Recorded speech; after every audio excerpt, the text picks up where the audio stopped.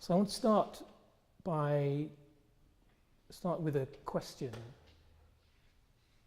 which is a question that runs through Western philosophy, which is the question of why there is something rather than nothing. This sort of question is the equivalent in philosophy of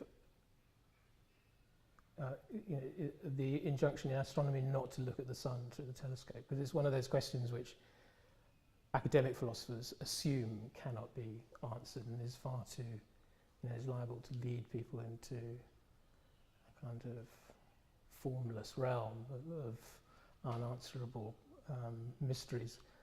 But I think that's wrong, and it is a question that crops up occasionally in philosophy.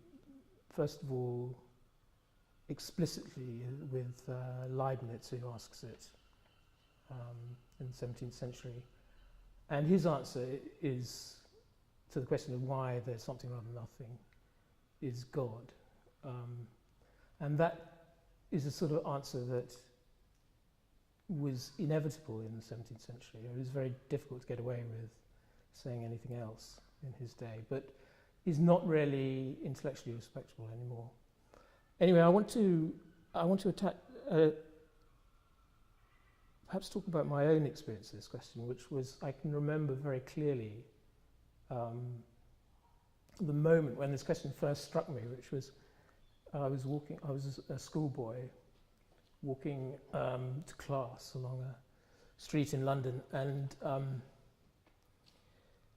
I can see the piece of the pavement where I was when this question occurred to me, and it stopped me in my tracks, because I suddenly realised that until one answered this question of why the universe existed rather than nothing, how the universe could come into being at all the other questions, this world of knowledge that school is when you're a child, you're surrounded by adults who are telling you everything about how, biology and geography and history and how, filling you with knowledge. It seemed to me until this question was addressed, all of this knowledge was really provisional, was secondary. So until the question of how the being of things came about, how it was that there could be anything, how the universe could get started out of nothing, until you looked at that question, everything else was just, words, was just a kind of secondary accumulation of facts about this world, which we knew nothing. And so that's why I'm interested in the feelings that go with these questions, with these ideas. And the feeling that goes with that question for me was amazement. It was amazing that the universe should exist at all. And although it's kind of a commonplace for people to say, that nature is wonderful, and that those moments when they look at the universe or look at the stars with a feeling of wonder are moments when they touch on the deeper values in their life. I want to be more precise about that and to say that what is actually amazing about things is their existence, the fact that they exist at all.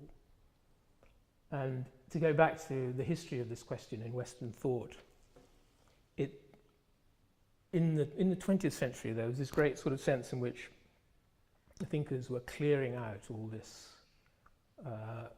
these metaphysical ideas about God and things that stood outside our experience. And this question was particularly vulnerable to being labelled nonsense. That it was a question that attempted to put us in a position where we're looking at the universe from outside, which was a kind of forbidden idea, really. But curiously, at the centre of when that attitude towards what you might call the bigger questions, what you would think philosophy is really all about, that attitude of denying their validity, when that was at its height, in the first few decades of the 20th century, the central figure in that debate was Ludwig Wittgenstein, and he had a very ambiguous attitude to this very question. On the one hand, he said it can't be answered, and for that reason is a meaningless question. But then in other moments, he kept stating it as the most important question. So he would say that as a question, it can't be answered. It's in his terms of where meaning is derived, which he saw as being in our experience. The younger Wittgenstein, anyway.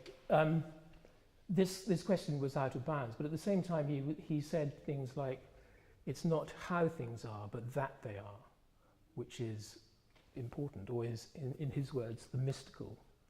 And it's this idea of the mystical which he introduced right into the heart of this very science-oriented, anti-metaphysical moment in Western thought. And he wanted to say, in a way,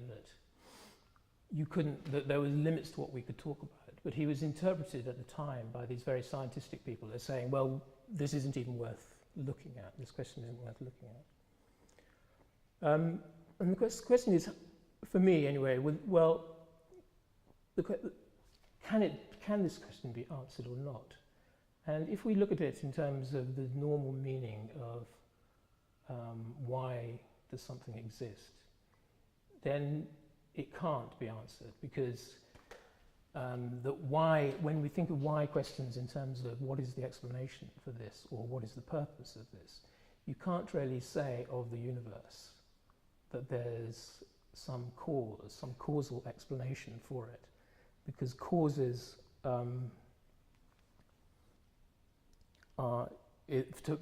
for there to be a causal explanation of the universe, it would have to be outside the universe.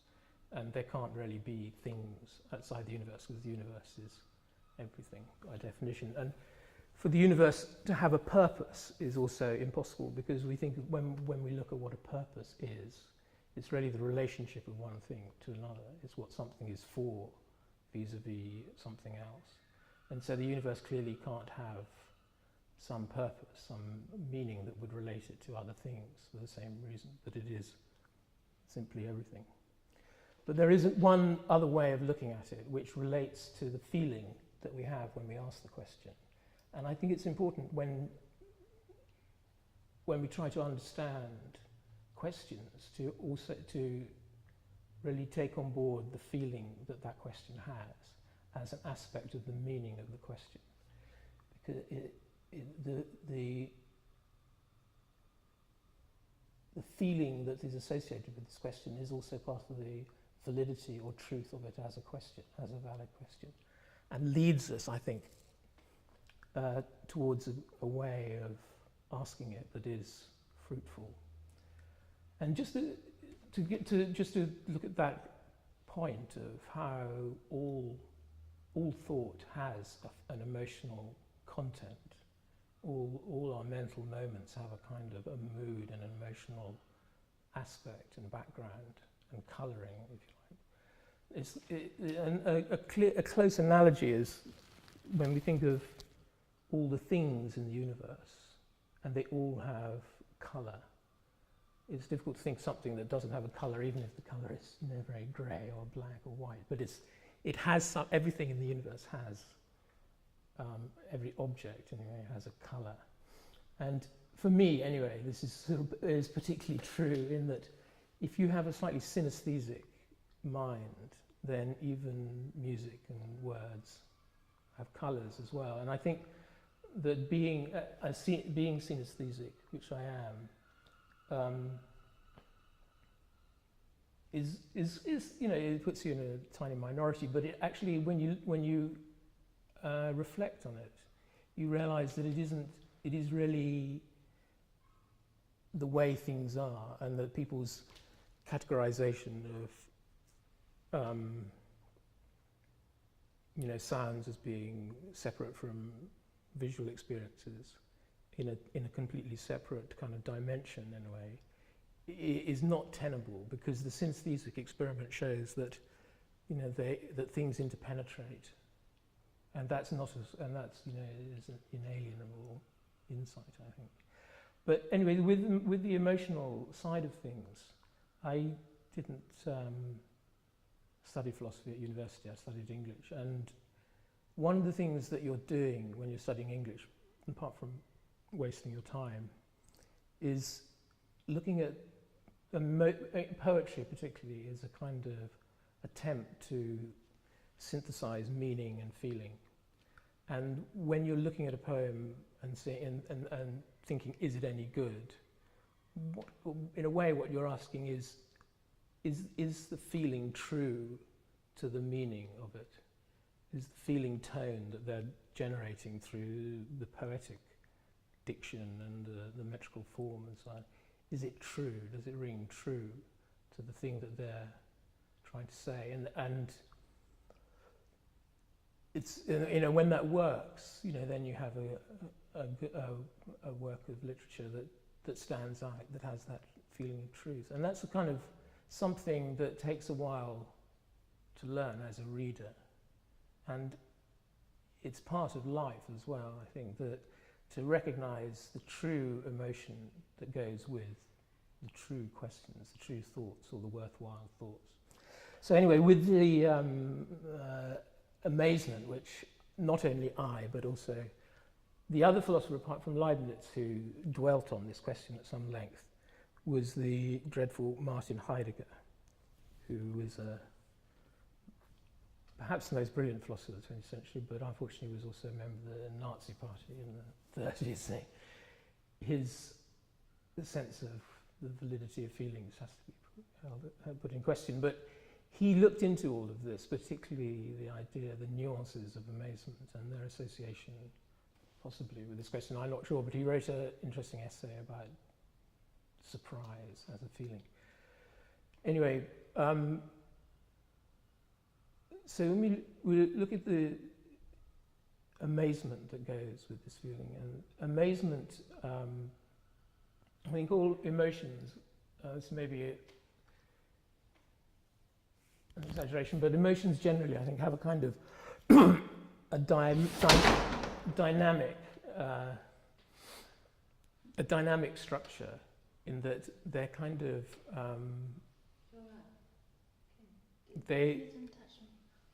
that emotions aren't just one thing, in the sense that red is just red. That emotions kind of move us actually in a particular way. They have a kind of shape in that dynamic sense. And to give an example of this is, say, something like fear that can move us to retreat within ourselves, or a feeling of joy that might have the opposite thing. So it has a kind of dynamic in that sense, or anger, which has a sort of dynamic of aggression and so on. And just as a sort of digression, when I was thinking about this talk, I was wondering about the evolutionary psychology of explanation for why we have emotions and how they function in our lives from that point of view. And it occurred to me that it's possible that they have they're a very early form of consciousness, and that what they do, one of the things that they do, at least some emotions anyway, is they're very closely associated with our embodiment, our sense of being, physical beings in the world. And in a sense, they are our embodiment as far as we feel it. And when we feel a sort of recognizable emotion, like anger, that stands out from our just general flow of moods, which is, we're not really examining, it seems to me that possibly what's happening is that you're actually having a kind of rehearsal for a form of behavior. That anger is not the same as aggression, although it's related to aggression. It's like a kind of rehearsal for aggression, so that you can then see what would this be like for me as an embodied person to be aggressive like this. So you can be, there's a difference between simply is somebody provokes you and just reacting aggressively, as say a dog might do, and the human being being provoked and feeling angry, and then but still having the freedom to decide whether to be aggressive or not. And it's maybe that's when we recognize the distinction between anger and aggression. It's that the fact that we can feel angry and not do anything, wait and see, and perhaps what's going on with the anger is a kind of meaningful deliberation at a pre-linguistic level. You know, something that little mammals can do as well as humans, and so that may be completely wrong.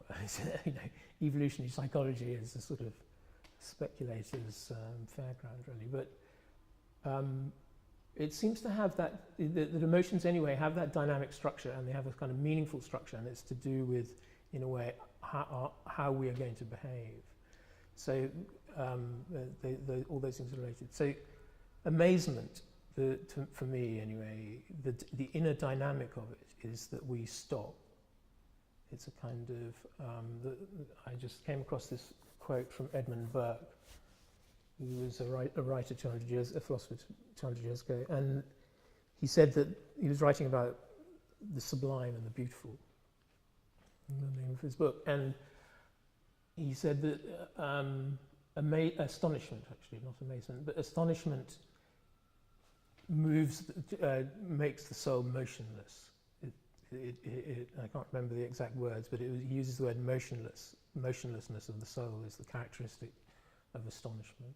And he was thinking of looking at, sublime things, which in his day was, tremendous waterfalls or Alps or that sort of thing. But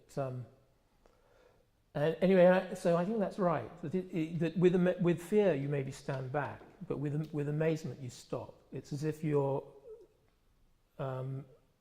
stream of consciousness has been going along a sort of familiar route, a kind of thing that everything is more or less as expected, and then something amazing stops that, something surprising interrupts that, and it actually interrupts your physical thing. You stop, but also you stop that flow of making the world that is our sort of normal state of being. So it has that. So it brings us to a kind of stillness in the midst of the flow of things, because that flow, the flow of our constant sort of understanding and interaction and being as thinking beings, is based on a kind of sort of constant, like one of these sort of machines that have a governor that sort of always bring it back into a kind of central position. And we're always kind of relating things to how they are, that the future will be more or less as the past has been. And so you can see, maybe, just from a purely naturalistic point of view, from the point of view of evolutionary psychology, you could say that, surprise is a useful, or astonishment, amazement is a useful emotion to have, because if something pops up, you do need to stop what you're doing. If it's a kind of something unexpected, then you can't continue with the particular pattern of behaviour.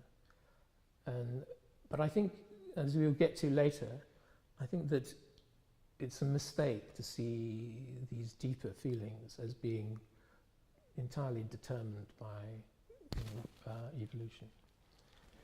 So the question about how the way in which this question, why is there something rather than nothing, it seems to me can be asked and answered, is if we look at it in terms of not a why in the sense of give me an explanation in terms of words, in terms of its the purpose or the cause of it as the universe as a sort of phenomena that could be explained in normal terms. But if we rephrase it slightly as how come the universe exists? How did it come to exist? So that if you imagine a situation where you have an entirely enclosed room, like say a squash court, but with no door and no window. It's just entirely enclosed. And you just have a spy hole. And every day you look in the spy hole and there's nothing in there. There's no way anything can get in, and so there's nothing there. And then after many days, you look through the spy hole and there's a string quartet playing, whatever it is, not very musical, Chopin or something. And and your question is, how come? How did that come to be there? So the question of why is there a string quartet rather than nothing, which is the question that would, I think, occur to you in that situation, can be answered by saying, I would like to see how they got into that, how they got into this sealed room. That would be a sufficient answer to this question of why is there a string quartet rather than nothing. Because as in the original question of why is there the universe rather than nothing, the presumption of that question is that there shouldn't be anything. How could anything get started from nothing? It just defies our normal understanding of how, it just, no kind of logic can get us from nothing to something. No, it's inconceivable. And so it is a kind of impossibility that can only be described in, as some sort of, the miracle of being or some empty phrase like that. And I think a string quartet in a sealed squash court would also be considered to be miraculous, I think. And assuming that teleportation has not been invented or anything. And the question of how come, if we could see how this phenomena came into existence, that would be, it seems to me, an answer to the question of not only the string quartet but the universe as well. So these two questions, that what we're trying to do is to get to see the beginning of things, and the clue of the emotion of amazement which leads us to stillness makes me feel that this should lead us to the idea that the way to see how the universe came into existence, that the possibility, that possibility of answering this question is through a kind of inner stillness. And the reason for that is that people, the kind of Western mindset, if there is such a thing, I mean, everybody has a different approach to life, and there isn't really a single thing called the Western mindset, but we sort of, when you do philosophy, you like to imagine there is, so you can kind of knock it down. And one of its characteristics is that, everything has to have some, to talk about something, it must have some empirical existence, it must be part of nature. So it does seem, how could you just simply by being still, and as prompted by a feeling of amazement at the existence of the universe, how could that get you to see the universe coming into being from nothingness?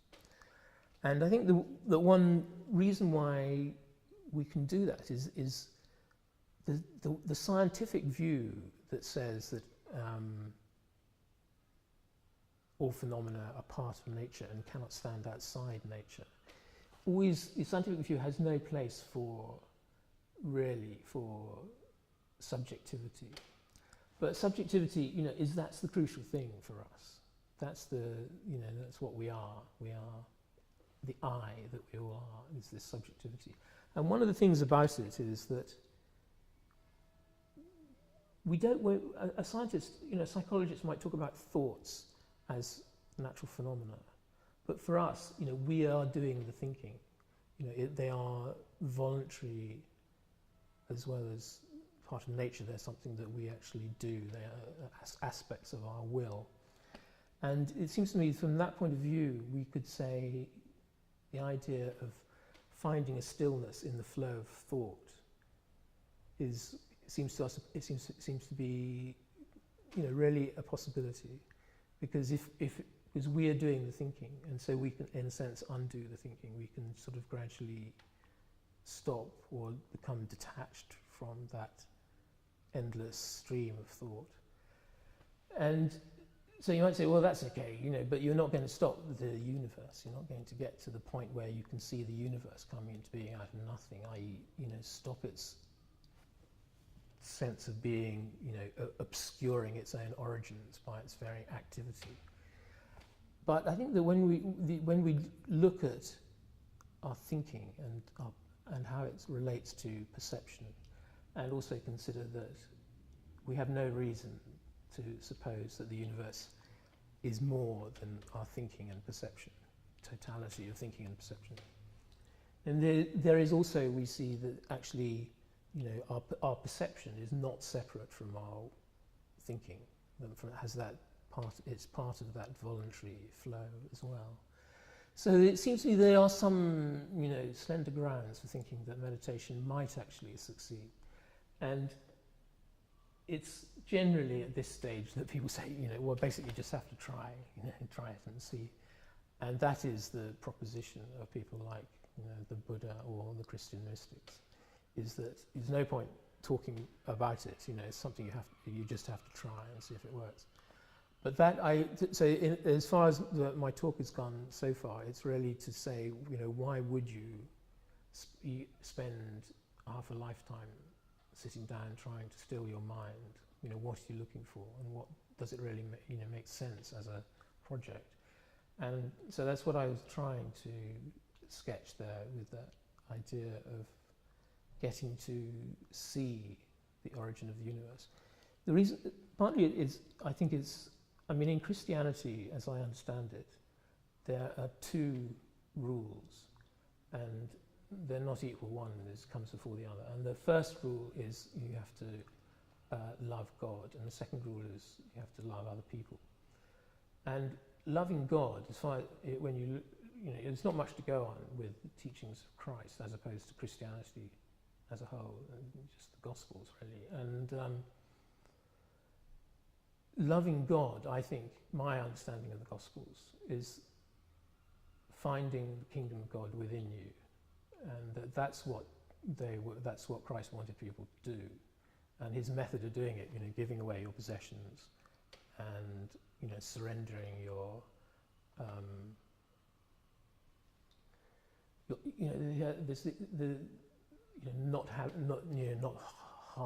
being like, what is it?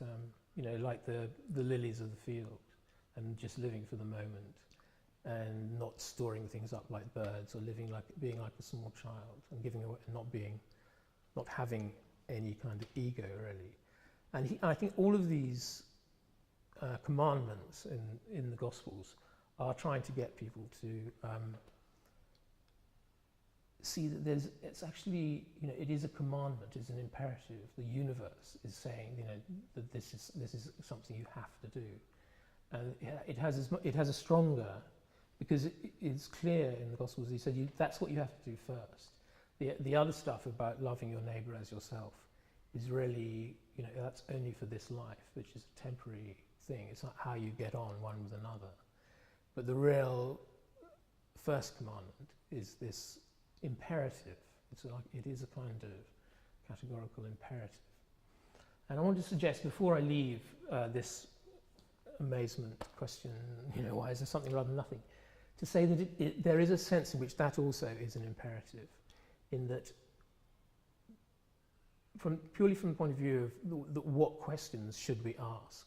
We should not only ask questions that occur to us, that impinge on us, that arise as being pertinent, but also we should ask questions in a sort of hierarchy of the first question that should be asked first.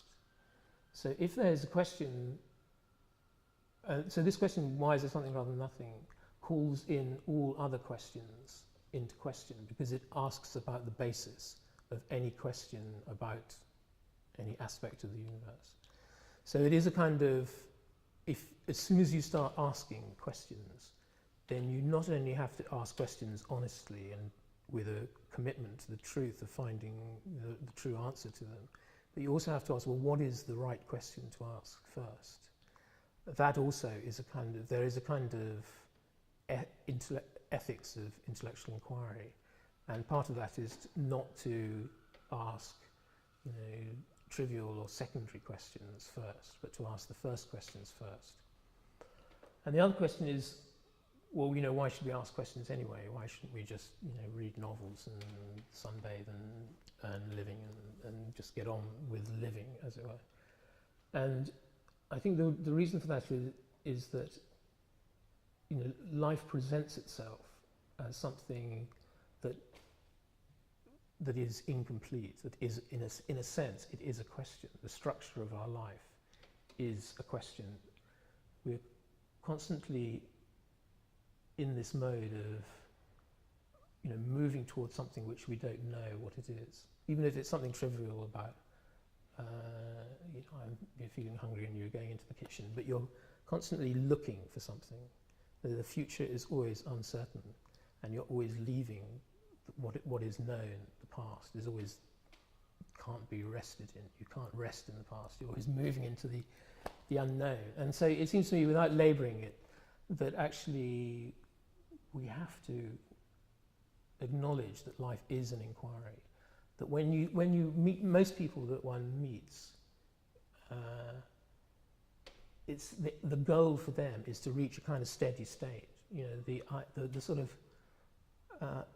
archetypal sort of what you might call, complacent bourgeois activity is reading a Jane Austen novel. I mean, Jane Austen is great, but it is sort of, my mother, who used to love those sort of novels, she said, her idea was just to find a perfect sort of little enclosed world to live in. Is it sort of pretending, time would continue, that there was no death, there was no, cataclysmic moral failure of the human race to deal with. And I think that, the evasion of life as an inquiry, as an ethical and ontological inquiry, is wrong. So anyway, I want to just sort of have a slight break there, if either of you or any of you want to ask some questions, and then move on to the second half of the talk.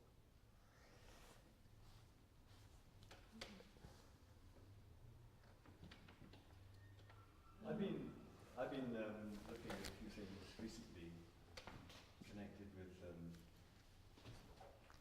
meaning of consciousness, what consciousness is. There's a lot of debate going on in the scientific community now about what consciousness composes of.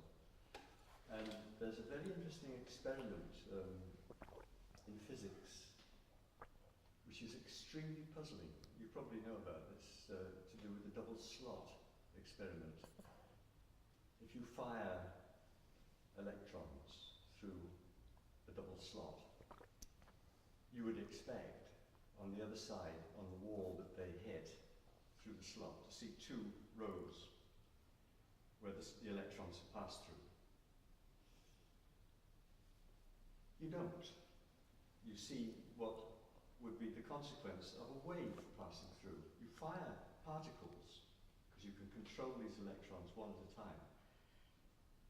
And yet, beyond the slot, you see a series of lines that go off, one after the other, fading into the distance. And that's the result of an interference pattern caused by a wave. And it's puzzled scientists, this. And one of the even more puzzling features of it is that if you set up a sensor that actually watches which slot the particles are going through, the actual act of observing the passage of the particles through either of these slots causes them to behave like particles. If you turn the observing on, they behave like particles. If you turn the observing off, they behave like waves. And this is almost like magic. There's no way in which the physicists are able to explain this, except to say that the consciousness, our consciousness, is actually affecting the reality. It's almost as if the physicists are beginning to say now that the world, unobserved, is a I forget what the phrase is that the physicists use. It's a field of electromagnetic probabilistic kind of matrix. Yes, everything is infinitely probable. infinitely probable at the moment when we are not observing it. But the moment we observe it, it's like as if we make happen reality.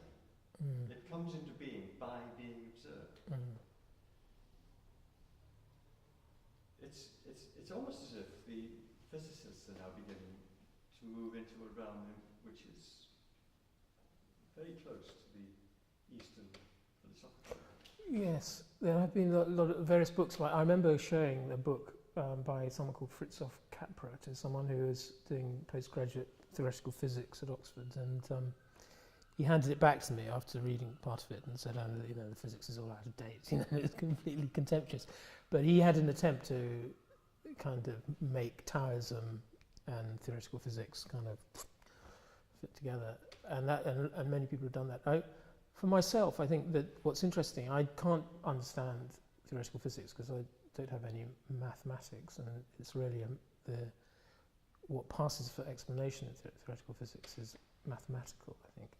But it isn't really an explanation. It isn't really an understanding, as we understand understanding. It is a way of predicting, you know, the results of experiments through mathematics. But there is something that links what I'm talking about with that, and that is that when you look at these bizarre quantum events, it seems that you would have to use a different kind of logic, and people have invented, put forward the idea of that there must be a quantum logic, and then there's classical logic, in the sense that, you know, if you go back to Aristotle, and he would say that, things can't be in two places at once, you know, whereas in quantum physics, yes, they can, you know, and so, as you say, for us, that is very puzzling. And although they can model it mathematically, they can't really explain it in ways that are humanly satisfying. But there is also what we're talking about. When we're talking about the question of why does the universe exist rather than nothing, it is, it does call into question classical logic as well. Because if you say that that nothing could come from nothing, which is a kind of classically a statement that in ordinary logic we would agree with. Nevertheless, when we look at the universe, well, clearly it can. And so the universe shows us that the impossible is possible, is in fact actual. And so, at the root of so this casts ordinary logic, where things can't come from nothing, and that it makes it highly provisional, really, and it links up in a way with these ideas of quantum logic, that you really have to look at what's there first, and then model your logic on what you see. But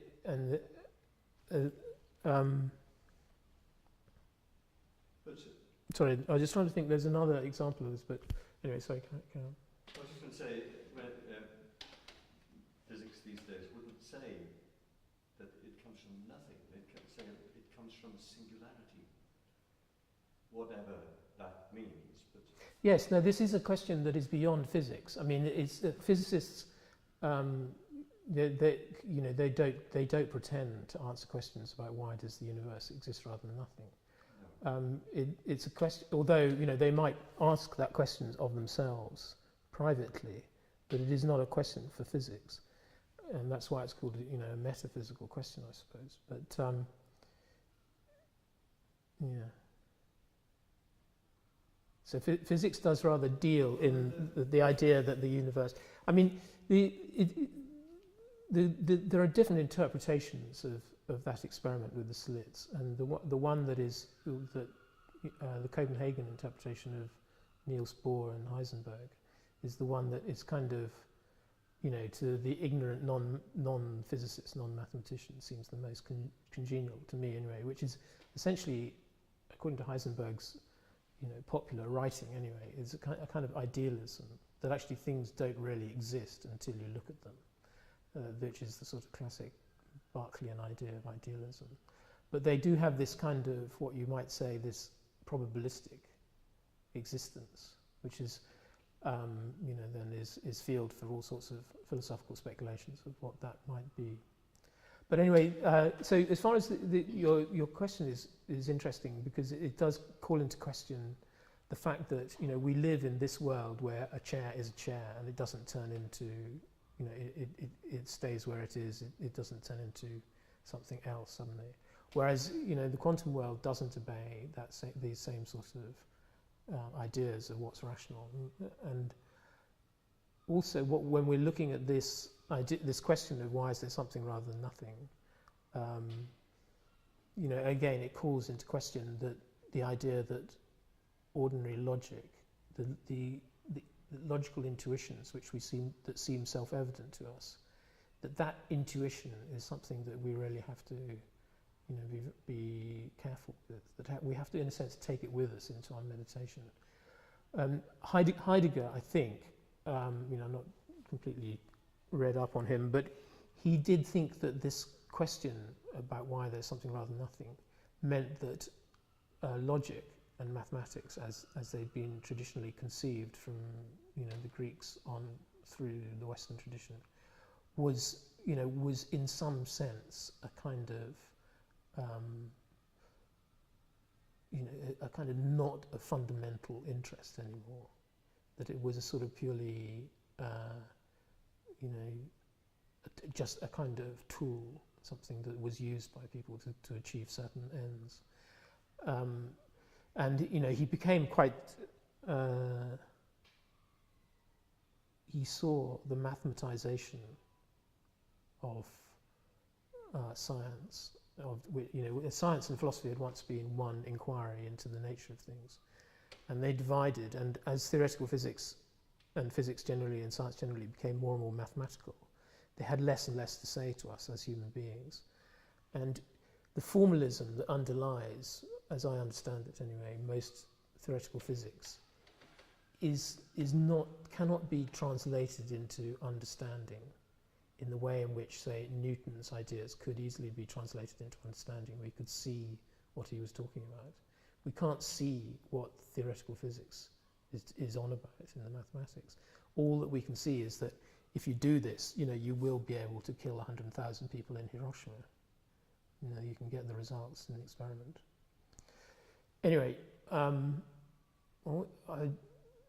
now I want to, this was a break, so I want to return, if I may, unless anyone else has any questions about what has been said so far, to my talk. And so I wanted to suggest that there was this, that amazement was itself a kind of source of value for us, and that it was a kind of primary source of value, in the sense that, say, some people, Christians, for example, might say that love is a sort of the top value for them, that God is love, and so on. And I don't know if you've read Meister Eckhart. Have you ever come across him? He was a Christian, he's a Dominican friar in the early 13th century, and he was also a philosophy teacher at the Sorbonne. And he managed to get away with saying that human beings in their ignorance saw God as love, but God in himself was nothing, was nothingness. And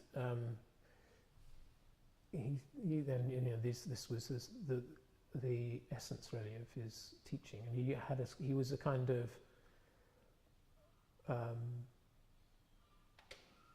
lived a meditative life, had experiences of illumination in his life. And but I want to say that that I want to say not that. Nothing must be amazing then. Sorry. Nothing must be amazing. Yes, possibly. Yes.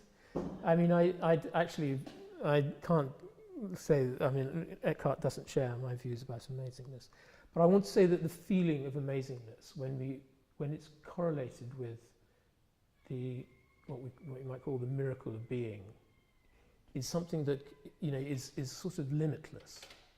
if you think, that it would be, surprising if my dog Fred came in here playing the violin, but it's not as amazing as the universe existing rather than nothing. There is a kind of quantifiable,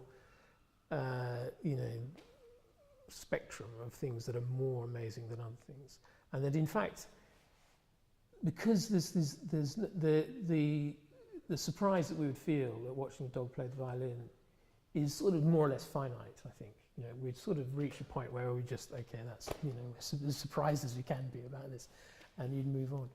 But there's a sense in which you cannot actually quantify or put a limit to the amazingness of the universe coming into being, the fact that the universe exists. And it's not just the universe as some conceptual whole, it is each part of the universe, that each sort of moment of experience contains that as its kind of fundamental felt truth, that is the amazingness of its existence is a fundamental truth. And it's a truth that I think that has this kind of moral imperative in it, which is that this amazingness is a question. It's saying you must find the root of this question of how the universe comes into being, which I think is, you could translate into this Christian idea that the first commandment is to love God, in the sense of seek and you will find. That in the early Christianity anyway, the idea is not to worship in the way that the Jews and the Greeks who surround